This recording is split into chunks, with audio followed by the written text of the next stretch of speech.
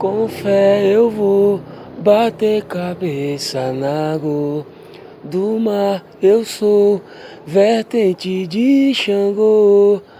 Oiá, Oxalá, Janaína é deusa de sal e flor, bênção de amor. Então, viver de música aqui em Recife, principalmente aqui em Recife, é muito difícil. E meus amigos até brincam comigo, me chamando de doido, porque eu sempre acreditei no meu sonho, eu sempre corri atrás, fiz loucuras mesmo assim, para realizar.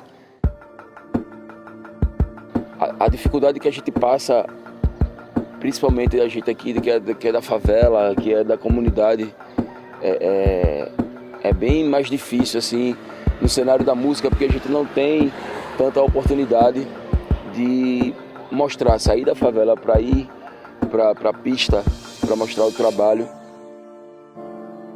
Aqui foi tudo muito na garra, todos os investimentos que nós fizemos foi tudo na garra mesmo, sem patrocinadores, sem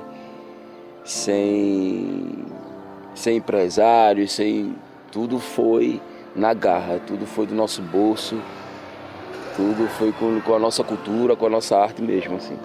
A ideia que eu tive era, na verdade eu queria mostrar mais a minha comunidade, né? Porque aqui tem o Morro da Conceição, onde eu fui criado, nascido, e aqui exatamente nessa laje foi onde eu também fui criado e fui nascido, que é a casa dos meus pais.